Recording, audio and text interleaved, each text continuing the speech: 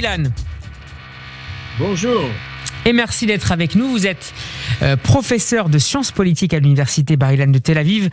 Premier sujet que l'on va aborder ensemble, Ilan Gralzamer, ce lundi, le déplacement historique de Naftali Bennett aux Émirats Arabes Unis. Un événement donc historique, c'est la première fois en particulier pour Naftali Bennett qu'il se rend dans ce pays, et un événement qui témoigne surtout des évolutions récentes sur le plan diplomatique au Moyen-Orient. Certainement.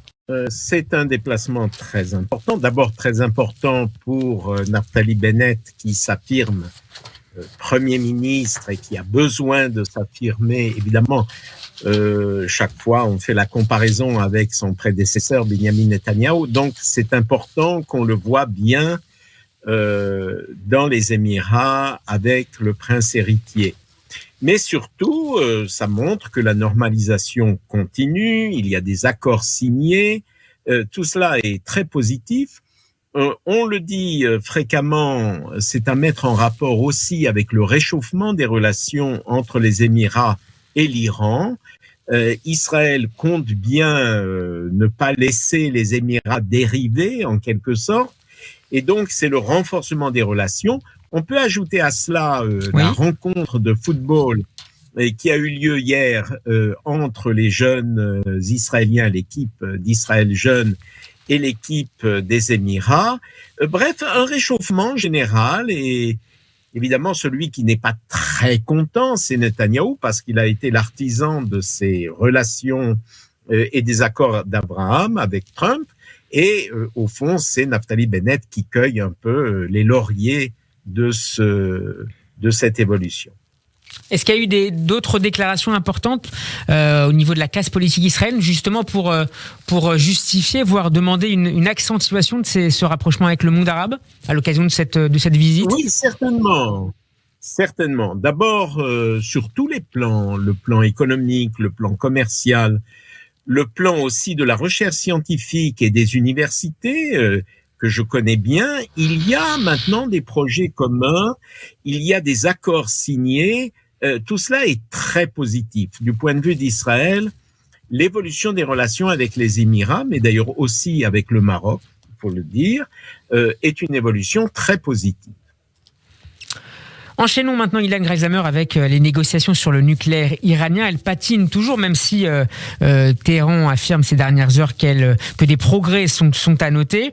Négociations qui se déroulent actuellement à Vienne. Côté israélien, on souhaiterait que les États-Unis renforcent très rapidement les sanctions contre la République islamique et préparent même réellement un plan B, éventuellement militaire. Est-ce qu'on en est encore toujours très loin, Ilan ?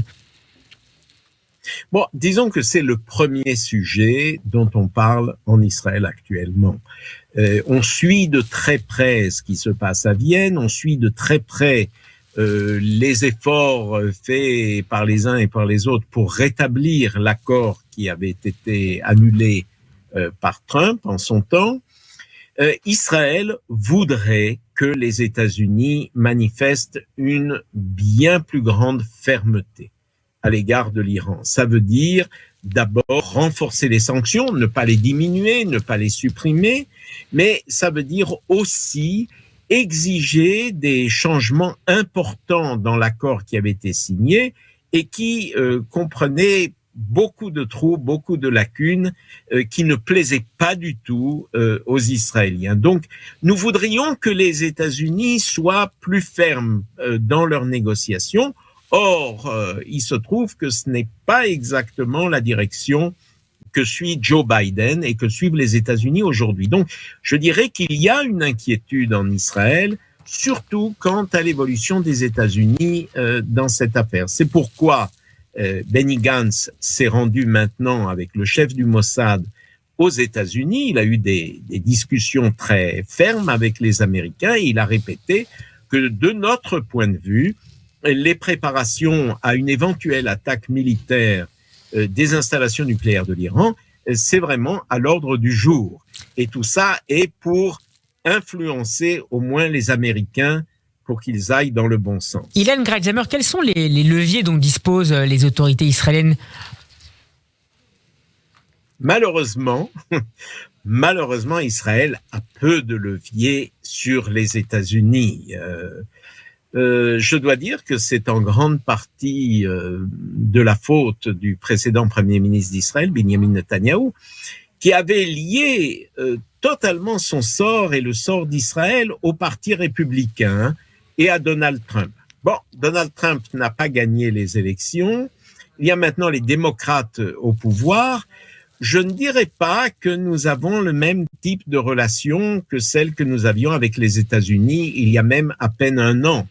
Aujourd'hui, je dirais que les relations entre Israël et les États-Unis sont dans l'ensemble bonnes, mais nous n'avons pas la possibilité de forcer les Américains à durcir le ton à l'égard des Iraniens. Il faut bien être réaliste en la matière. Nous ne pouvons pas forcer les Américains à faire ce qu'ils ne veulent pas faire. Un mot peut-être avant d'ouvrir le chapitre Omicron et coronavirus de cette discussion, Ilan Greizhammer, un mot sur ce livre important du journaliste israélien Barak Ravid sur les coulisses de l'accord, des accords d'Abraham. Des extraits des importants de ce livre ont été publiés vendredi, notamment Absolument. Dans les colonnes du Yediot Ahronoth, dans l'édition du Shabbat. Un mot sur notamment ces déclarations de Donald Trump à l'égard de son ancien plus fidèle allié et ami Benjamin Netanyahou. Mais disons que cette semaine n'a pas été très favorable à Benjamin Netanyahou. D'abord, effectivement, cette interview de Donald Trump où Donald Trump se révèle furieux de l'attitude de Netanyahou après l'élection de Joe Biden. Il avait apparemment espéré que Netanyahou ne félicite pas Biden de son élection. Or, là, Trump se trompe. Tout premier ministre israélien doit féliciter le nouveau président des États-Unis. Il ne peut pas faire autrement. Mais ça a rendu fou furieux Donald Trump qui dit, au fond, en gros, je ne veux plus avoir aucun contact avec ce Netanyahou. Il a même employé un terme peu aimable, fuck him. Je ne veux plus rien avoir à faire avec lui. L'autre chose qui n'a pas plu à Netanyahou, c'est évidemment la suppression de la garde sécuritaire qui devait être donnée à sa femme et à ses enfants. Et hier, le gouvernement a décidé qu'il n'y avait pas de raison parce qu'il n'y a pas de danger immédiat à l'égard de sa femme et de ses enfants. Si vous ajoutez à ça qu'il voit à la télévision Naftali Bennett cueillir les fruits des accords d'Abraham et se promener dans les Émirats, je ne crois pas que Benjamin Netanyahou soit aujourd'hui très, très content. On enchaîne, Ilan, avec le variant Omicron, donc toujours surveillé comme le lait sur le feu par les autorités politiques et sanitaires israéliennes. Et il y a justement un débat au sein de ces autorités pour éventuellement durcir ou pas certaines restrictions, notamment à l'aéroport. On l'a vu en fin de semaine dernière. Alors, actuellement, il faut bien dire, surtout si on compare avec ce qui se passe en Europe, où le virus bat son plein. Disons qu'en Israël, ce n'est pas encore vraiment la 5e vague et ce n'est pas vraiment très grave. Vous avez employé une très bonne expression, celle de surveiller le lait sur le feu. C'est ce qu'on fait en Israël. Et il y a une divergence entre ceux qui aimeraient encore plus renforcer les restrictions et ceux qui disent, attendez, on ne sait pas encore ce que fait l'Omicron. Apparemment, en Israël, il y a évidemment une 50aine de personnes qui sont touchées par le virus, mais il ne semble pas causer, pour l'instant, avoir des conséquences graves. Donc la divergence est entre un Naftali Bennett, par exemple, qui aimerait beaucoup fermer plus le pays. Parce qu'il est dans l'anticipation, finalement ? Oui, au fond, il a peur que d'ici 15 jours, un mois, on dise « mais enfin, vous ne vous êtes pas réveillé à temps, vous n'avez rien fait ». Et c'est sa peur en tant que Premier ministre. Mieux vaut prévenir que guérir, dit-on en français. Voilà, exactement. Ça, c'est la position de Naftali Bennett. Et il y a pas mal d'autres, y compris dans l'establishment sanitaire d'Israël, qui disent « attendez, on n'a pas encore toutes les études sur l'Omicron, on ne sait pas exactement ce que ça fait, continuons plutôt notre campagne pour qu'il y ait un maximum de personnes qui se fassent vacciner, et notamment les enfants, parce que les enfants, en Israël, les adultes se sont fait beaucoup vacciner, Les enfants, il se trouve que les parents hésitent beaucoup.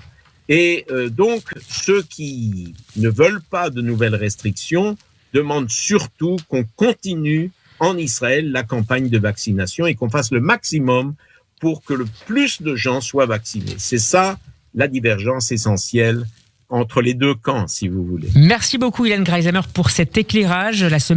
Votre semaine politique est à réécouter en podcast sur radioj.fr. Bonne semaine à vous et à lundi. Bonne semaine.